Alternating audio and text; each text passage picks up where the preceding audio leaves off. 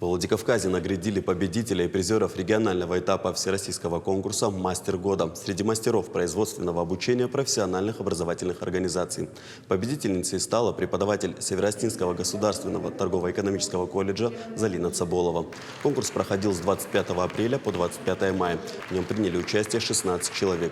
Работу участников оценивали сертифицированные эксперты WorldSkills, представители Северо-Остинского республиканского института повышения квалификации работников образования, СОГУ, колледжа СК ГМИ и сотрудники Министерства образования и науки республики, а также работодатели. Победитель регионального этапа примет участие в финале всероссийского конкурса «Мастер года», который пройдет в сентябре в Екатеринбурге.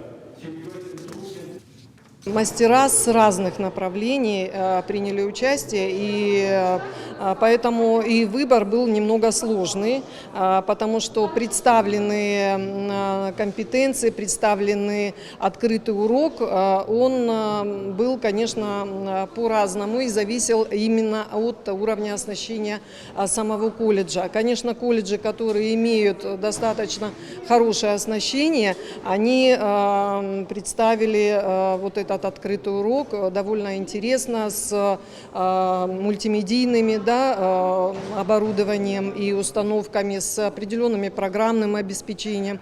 И, конечно, детям на этом уроке было интересно, этот урок заканчивался довольно быстро. Такие конкурсы дают подрастающему поколению, нам, студентам, большой толчок для развития. Вот. И мы с большим желанием и с большими амбициями стараемся принимать в них участие.